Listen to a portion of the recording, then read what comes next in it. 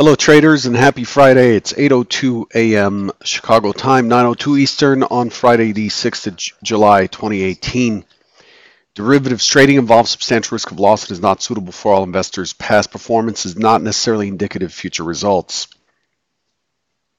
So here we are at the end of the week. Non-farm payrolls came out just a short while ago, about a half hour ago. They beat, in case you haven't heard.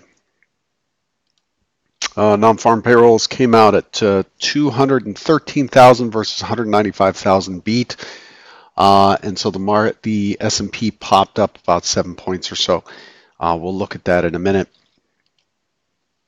The overall market stance. What is the market sentiment today?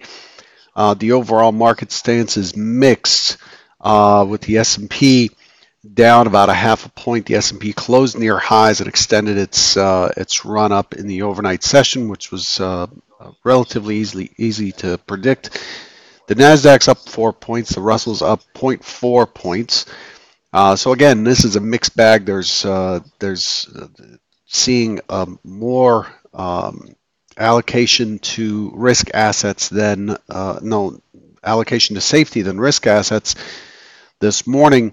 As we see the euro popping up, the pound popping up, the U.S. Treasury bond up 14 ticks, the 10-year note up 7.5 ticks, and a Japanese yen up 11 pips, with the bund up 16 ticks. In case you did not know, yesterday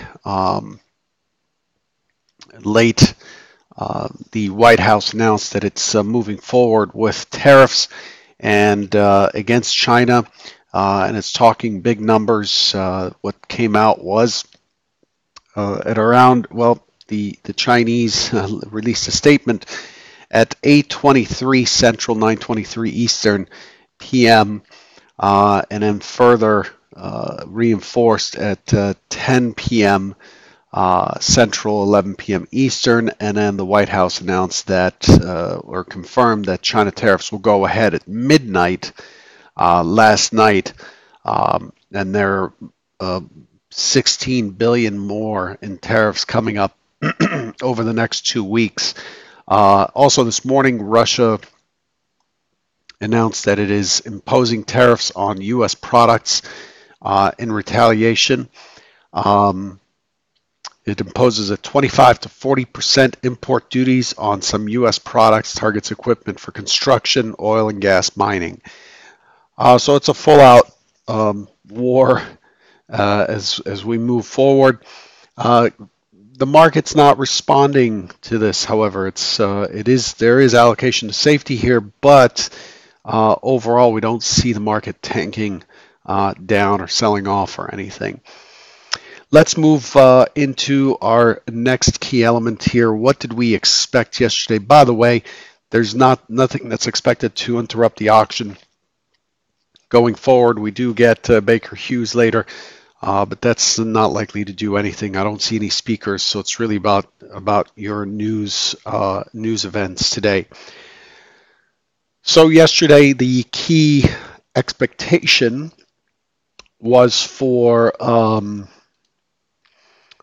the market to, it was opening right in the heavy part of Tuesday's range before the sell-off. So what the market did on Tuesday is it tested 2712, and it went sideways on Wednesday on the holiday, and then it basically recovered and came right back to where the sell-off started. So the shorts are getting squeezed. So the expectation was for it to balance out, trickle down to about 27.25 or so on the open in an open auction in range, and then eventually push to 27.40.50. As I take a sip of my chai. Sorry. What actually happened? So that was the primary expectation. The secondary expectation is we'd push to around 40.50 early, and then turn over and make a push for 27.14. What actually happened yesterday was neither, and sellers were pretty much in control, extending the opening swing lower. and ended up holding 27.17 before buyers stepped in with this impulse move. Once we have the impulse move, we look for the mid and we look for a continuation higher than whatever that impulse is. The impulse high is 27.35 and a quarter. And we ended up pushing to 37 and a quarter up here and finishing with a high of 39 and a half. So that worked out okay. I wasn't part of this move here.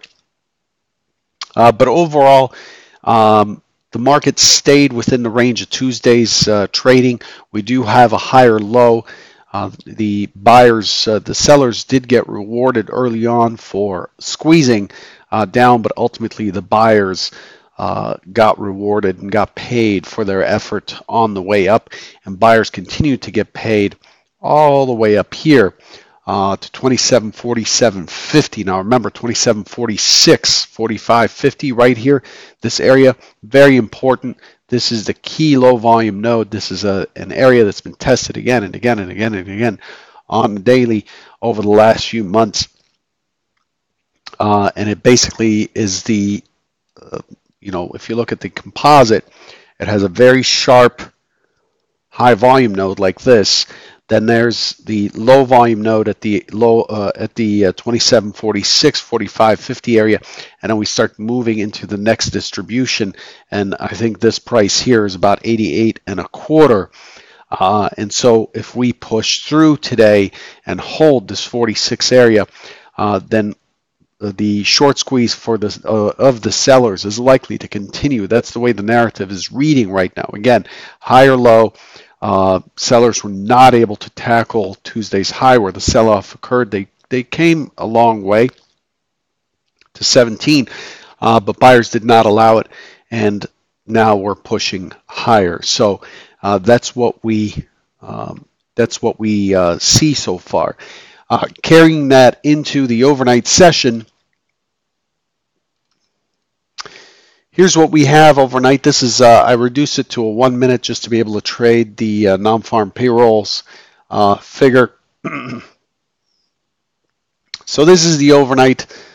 We basically open up, drop down to 32.75, and then we consolidate against this high point of control. Now, the key element of yesterday that I didn't mention is we finished in a neutral extreme up. Neutral extreme up. Neutral extreme is a very strong indication of bias, of strong bias. Basically, the market pushed the IB down. Let's go back to that. It's very important, actually, as part of today's narrative.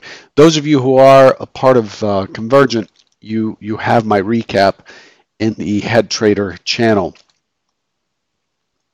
So as we look at this, it's maybe hardish to see. Probably need a better color here. Let's do that right now. Let's do a much lighter color for the value area so you can see it, and a little bit darker for the non-value area. So if you look at this, we have a very poor high right at the top. We have the point of control right up against the high, and just a lot of concentrated volume at the top. And so as the market traded yesterday, we extended the range down right here. We took out this IB low, the initial balance low, the first hour's low, and we moved down through, right? So this is now looking like what's called a normal or normal variation day down. It's basically showing dominance or more of an aggression by the sellers. However, once we did this impulse and we took out the IB high, the first hour's high, this day became neutral. Okay, it became neutral. We took it out right there. Once the day becomes neutral, we expect neutral normal the majority of the time, meaning the market is likely to close in the range of the IB. Okay, there's a percentage that we can work with on that. However, yesterday it moved back to neutral normal and then moved back out on on the last hour, and it finished near highs. We call that neutral extreme. So what the market did is it successfully tested down and found buyers, and then buyers held on. And not only did they hold on and take it back up and just go back into balance and go sideways, in other words, the buyers and sellers balance each other, what we have here is buyers taking over and just holding prices.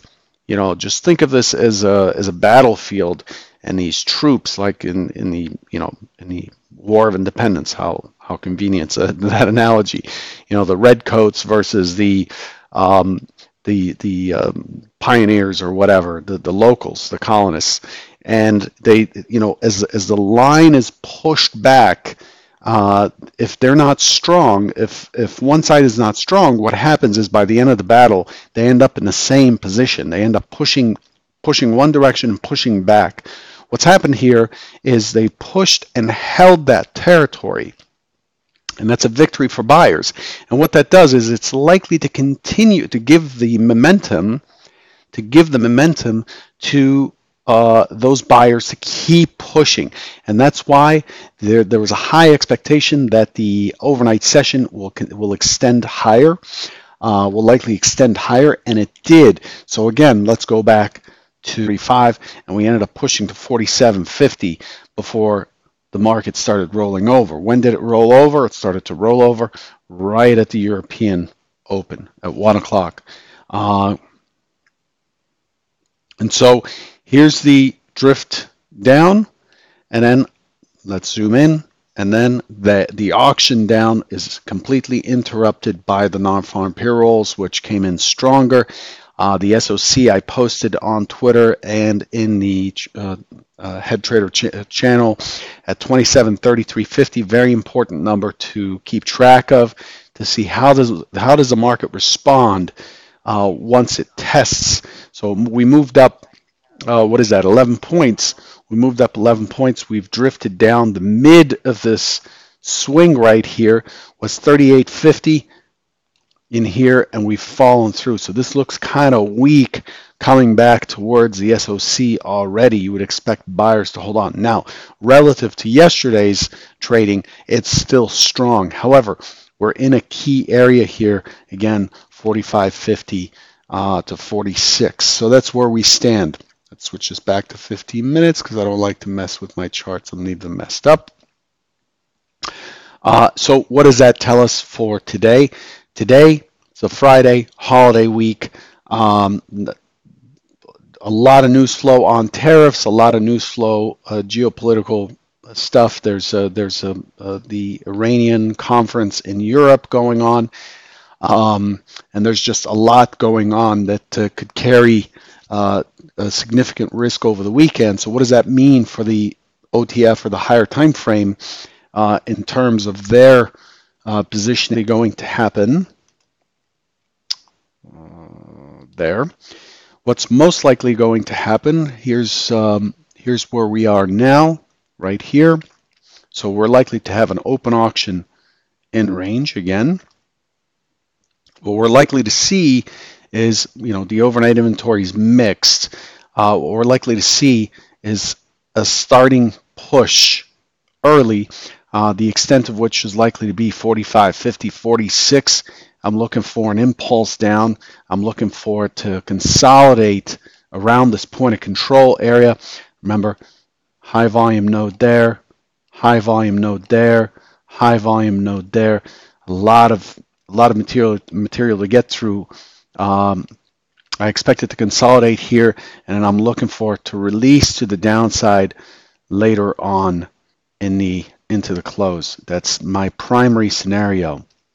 Okay, so I gave you the context and the narrative, the story that is likely to lead to that conclusion, and I'd like you to be able to trade from the same direction, right? Trade based on the same basis, and that you're not just coming in and looking at some number that your computer generated and trading off of that.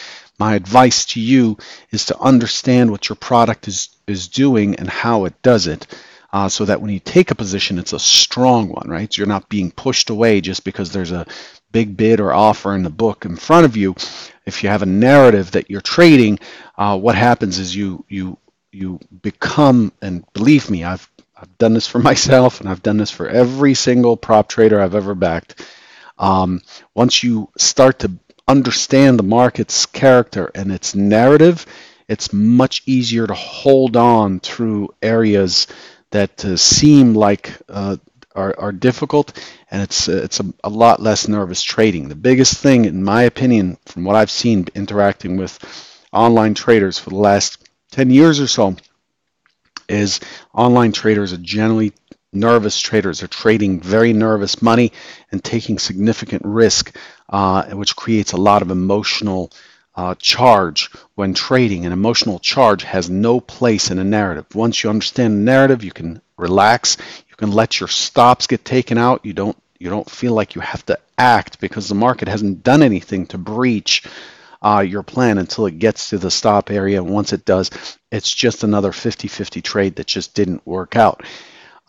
So that's what I'm looking for. I'm looking for to push higher, and I'm looking for resistance on the way up around the 45.50 area. If I see it pushing and struggling and struggling and struggling into 45.50, I'm going to start looking for peppering in some shorts, and I'm looking to work my short and build a position that puts me as close to my stop, as close to my to the minimum risk as possible, using order flow. So that's how I approach things. So I'm looking for it to rotate down. At a minimum, I can get my risk off at the prior day's high in the 39.40 area, and then whatever happens, if it falls back into the range and does what I expect, great. If not, then my risk hopefully is off. The secondary scenario, open auction with a downward drift, just like we saw yesterday. I expect it to drift down into this 32.50 area, impulse up, test the high. This high is weak. It is likely to be taken out at some point. And then I expect the secondary scenario to just be sideways into the close as well. May see some selling into the close, but I'm not expecting too much in terms of range today. Again, this all gets thrown out if there's news, and that can kick in at any moment. Okay? I'll leave you with those two scenarios. Scenario 3 is trend up. Scenario 4 is trend down. If we break through the 45.50, I would not fade. Um, it is likely to run very quickly to 27.50, and it's likely to continue through. So pay attention there. Scenario 4 is a test, an open test higher drive down, and that's likely to challenge 27.17. Now remember, it is Friday. It is like Friday, so I would appreciate you taking a moment and hitting the like button today. This helps the broadcast out. It helps me out. I would appreciate you taking the time to log into your YouTube account or Google account and hitting the like button. Okay. Hopefully you're gaining something from these trader bites every morning. I mean, we do them consistently every morning. Hopefully you're starting to build your own routine and approach, and I'm influencing you in a positive way towards, even if you're not profitable, it's okay. Well, I'm sure you don't feel like it's okay, but hopefully I'm helping you get to a better process. And that's really what makes money. It's the process, right? You create a process, you stick with it, the process has an edge, and then the edge eventually shows up, hopefully. Good luck today.